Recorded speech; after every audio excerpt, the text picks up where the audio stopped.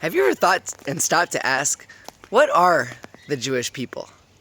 Are we a religion? Are we a family? Are we a nation? What are we doing here? What's our unique role?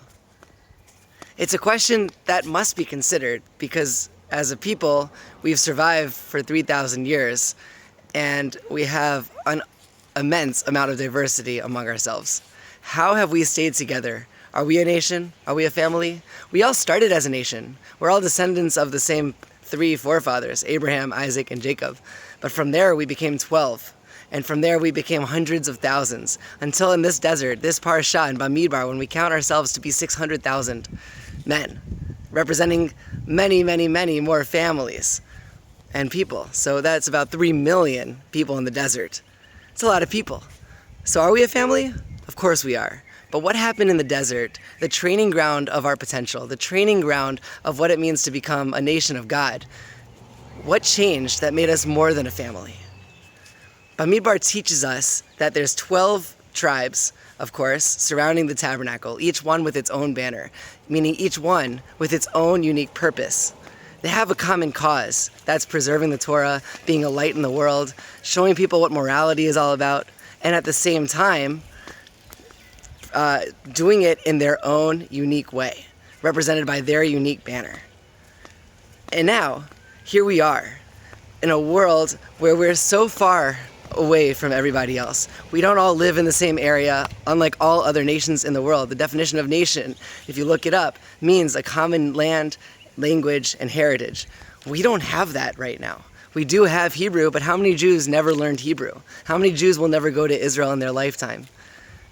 We live in a unique world.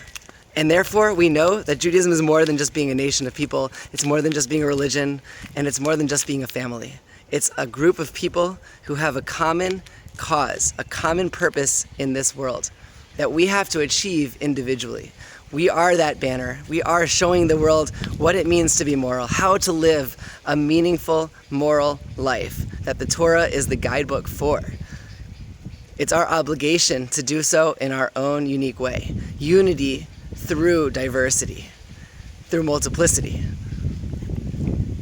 The adventure principle of this week, of Bamidbar, the new book that we're starting this week, which is, we will see, the training ground of what it means to become a nation of people, of leaders, that serves the world and doesn't rely on the world to serve them. As we have seen throughout history, the world has never served the Jews.